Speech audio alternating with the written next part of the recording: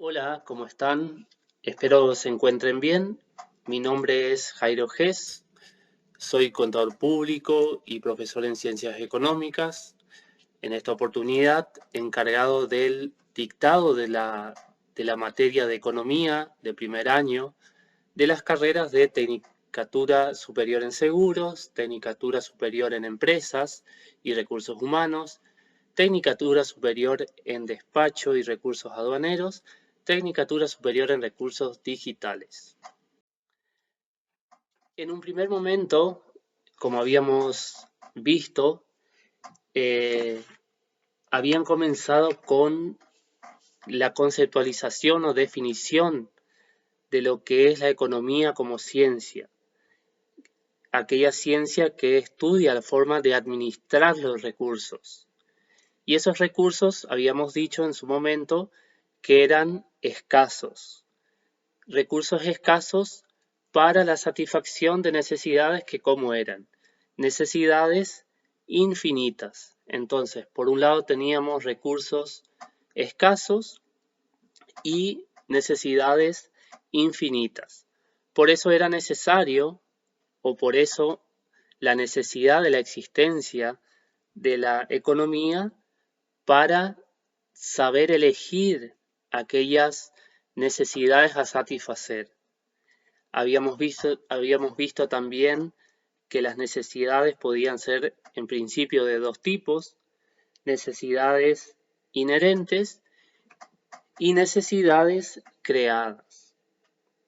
En esta oportunidad vamos a hacer hincapié en los recursos, más precisamente en aquellos insumos de los que se vale la economía para poder satisfacer o crear recursos y así satisfacer las necesidades que habíamos dicho que eran infinitas, es decir, que no tienen fin. Podemos ver uno de los tantos conceptos que aparecen en las distintas bibliografías. Tomé uno de la bibliografía que está como sugerida como material de lectura, el cual es Samuelson en la edición 19, considera los factores de producción como sinónimo de insumos y los define como aquellas mercancías o servicios que se utilizan para producir bienes o servicios. Todos estos se combinan para la obtención de productos, y obviamente participa ahí la tecnología existente. Entonces, insumos que participan para la creación de productos o servicios tendientes a la satisfacción de esas necesidades que habíamos hablado. Podemos realizar una breve clasificación de esos recursos diciendo que los recursos pueden ser naturales. Ahí aparece el factor tierra, que son todos aquellos recursos que salen o que surgen de la naturaleza. Por ejemplo, la tierra que se cultiva o sobre la cual se construyen edificios, los minerales, hierro, el cobre, el oro, y otros tantos recursos energéticos como el petróleo, por ejemplo, que se utilizan para la realización de infinidades de cosas, de bienes, para el hogar, y también que sirven para la realización de los combustibles, para el movimiento de las máquinas y de los automóviles. Entonces son recursos que salen de la naturaleza y no hay existencia de la participación o no los produce el ser humano. Sí los extrae, los incluye dentro de un proceso para luego crear un bien o un insumo que lo introducirá en un bien ya acabado. Por ejemplo, extrae el petróleo, lo pasa a través de un proceso para producir nafta. Esa nafta se le incluye en un automóvil y así se le puede utilizar. Existen dos tipos de recursos naturales: aquellos que son renovables, es decir, que no se agotan ante su utilización o extracción y se vuelven a regenerar. Por ejemplo, la energía eólica, los bosques o un banco de peces. Se los extraen, pero se van renovando. Y aquellos que no son renovables. Por ejemplo, el carbón, el petróleo y los yacimientos minerales. El segundo factor de producción es el trabajo o también denominado el capital humano. Para producir cualquier bien, es decir, adquiriendo o extrayendo el factor productivo que surge de la tierra, es necesaria la existencia de un ser humano por el momento. Si bien hay en la actualidad ya existen maquinarias, ya se está robotizando en muchas de las tareas, todavía para la mayoría de las tareas es necesaria la participación del ser humano.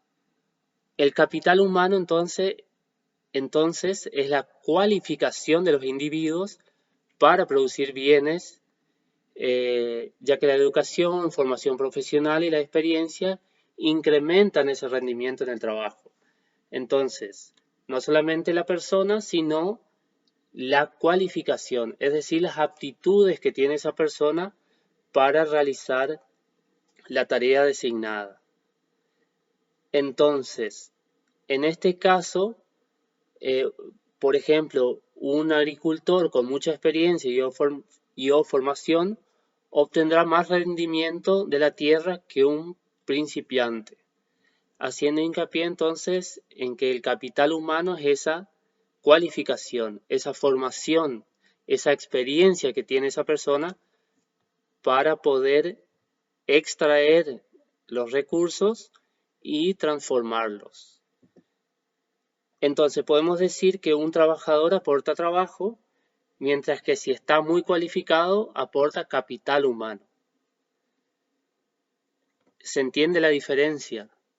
El trabajador aporta, por ejemplo, su tiempo, pero el capital humano significa ese tiempo más la cualificación que tiene ese trabajador.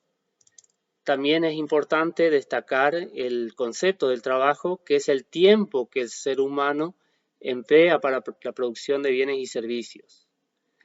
Pero además, cuando esos trabajadores tienen formación y experiencia que les permite producir más y mejor, se convierte en capital humano.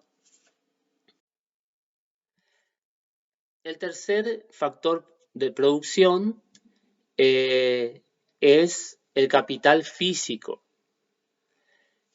Es decir, en este caso, los bienes que son duraderos o que son durables y que se emplean para producir otros bienes. En este caso, no son bienes que se van a fundir en un proceso. Por ejemplo, como habíamos visto en el primer factor productivo, que era el factor tierra. En este caso, nos referimos, por ejemplo, a las máquinas o herramientas que son necesarias para producir un bien.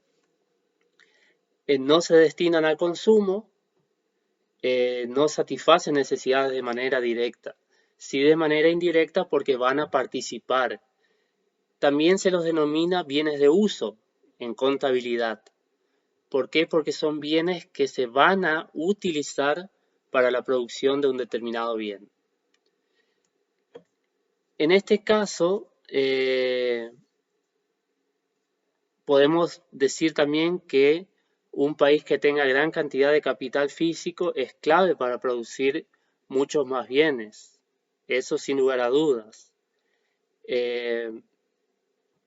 Hay que tener en cuenta también aquí que la revolución industrial supuso un antes y un después en el desarrollo de las máquinas y en la mayor capacidad de producción. Es decir, un país con mucha cantidad de maquinarias, herramientas y demás, va a tener un salto de producción elevado en comparación a otro país que carezca de ese capital físico.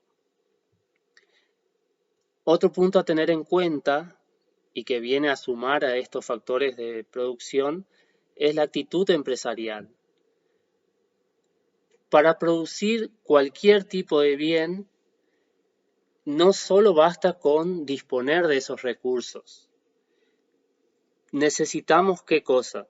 Habíamos dicho trabajadores y capital. Trabajadores, personas que disponen de su tiempo. Esos trabajadores, si están cualificados, se los denomina, como habíamos dicho, capital humano. Y el capital propiamente físico, propiamente dicho, físico, es decir, las herramientas y las maquinarias. Pero además de todo eso, hace falta al empresario, a alguien que organice todos esos recursos para saber quién, cómo, cuándo y qué se debe hacer en cada momento. Y es ahí donde surge el empresario o la figura del empresario, que es justamente la persona o las personas encargadas de organizar, dirigir y controlar el resto de los factores productivos. Bueno, hasta aquí vimos los factores de producción, cuáles son y cuál es su función dentro de la economía. Pero en este punto ahora veremos los agentes económicos, es decir, aquellos decisores de la economía, aquellos que se encargan de decidir y dar solución a los problemas fundamentales de la economía. ¿Y cuáles son esos problemas fundamentales de la economía? Uno de ellos es qué bienes producir, qué cosas producir, qué recursos producir para satisfacer esas necesidades. Otro problema es cómo producirlos, qué procesos utilizar para producir esos recursos, cuál es el mecanismo para poder producir un bien y después para quién hacerlo, para qué personas, si para los niños, ancianos, para mujeres, para hombres, etc. ¿Para quién va dirigido esos bienes o recursos?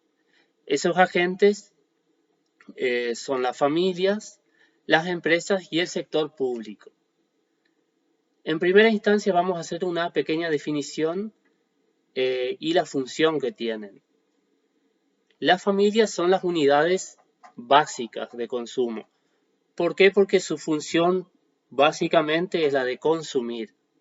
Es decir, es ese grupo de personas que se encarga de elegir los bienes y servicios con el objetivo de satisfacer de la mejor manera posible sus necesidades, que como habíamos dicho en un primer momento, son necesidades que habíamos dicho que son ilimitadas. Entonces, las familias cumplen dos funciones básicas. Una de ellas es la de consumir bienes y servicios y la otra es que son poseedores de los factores productivos. Son aquellas que poseen el trabajo, la tierra y el capital, que se los prestan a las empresas para llevar a cabo la... Y aquí vamos a centrarnos también en la toma de decisiones de las familias a la hora de consumir. ¿Cómo lo hacen? ¿Qué cosas tienen en cuenta al momento de elegir consumir? Entonces, partimos de la base y del principio de racionalidad. Es decir, según este principio, las familias siempre elegirán aquellos bienes que le permitirán satisfacer más sus necesidades, teniendo en cuenta sus ingresos y preferencias. Esos dos conceptos hay que tenerlos bien en cuenta, después los vamos a desarrollar con mayor grado de detalle. Pero en primer lugar vamos a ver que el objetivo de las familias es satisfacer el mayor número de necesidades posibles en sus decisiones de consumo. Y acá influyen esos dos factores. Uno de ellos son los ingresos o la capacidad que tengan de gasto. Las familias reciben ingresos porque prestan los factores productivos, como habíamos dicho, el trabajo, la tierra y el capital, los prestan a las familias, a las empresas. Estas a cambio, es decir, las empresas, les dan unas rentas como contraprestación. Por ejemplo, una renta dineraria, dinero. Estas rentas pueden provenir, por tanto, de trabajo. Las familias pueden prestar su trabajo a las empresas y recibir un salario. Puede venir de las tierras, los recursos naturales. Si una familia posee unas tierras, también se las puede prestar a las empresas, en este caso a modo de alquiler, por ejemplo, y recibir una contraprestación, o un capital. Si una familia presta sus ahorros, va a recibir a cambio un rédito que se denomina interés. Y la iniciativa empresarial, que si se monta una empresa o esa familia invierte en una, los beneficios obtenidos se van a denominar dividendos. Otro punto a tener en cuenta, además de los ingresos o esa capacidad de gasto, van a ser las preferencias de los consumidores o las preferencias de esas familias. Recordemos que los ingresos, al igual que los recursos, son limitados. Las familias no pueden comprar todos los bienes que desean, así que deben establecer un orden de preferencias y van a consumir aquello que les dé mayor satisfacción. Es parecido al costo de oportunidad, pero en este caso lo podemos decir como el costo de satisfacción. Si queremos encasillarlo o darle una definición a este orden de preferencias. Deben elegir aquel bien que mayor satisface una necesidad X. Un ejemplo claro de esto, en los últimos años, después de las crisis y la disminución, por lo tanto, de los ingresos de muchas familias, disminuyó también con ello la compra de vehículos. Aquí una de las claves era que las familias tienen menos capacidad de gastos, pero sin embargo, como se redujo la venta de vehículos, las familias tuvieron que comprar bicicletas, por ejemplo, para poder trasladarse de un sitio a otro. Aumentó entonces las ventas de bicicletas, pero también esto no solo pudo deberse a la reducción de los ingresos, sino también a su preferencia por el bienestar del medio ambiente.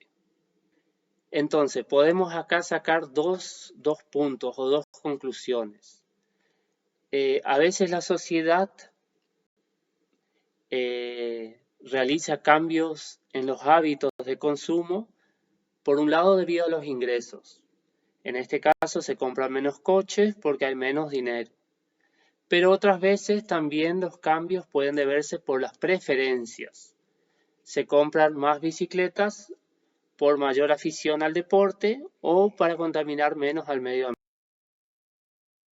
Bueno, como segundo punto, las empresas, o como segundo agente económico, las empresas también cumplen dos funciones básicas en la sociedad. Por un lado, se encargan de la producción de bienes que van a consumir las familias, y por el otro, pagan unas rentas a las familias a cambio de sus factores productivos.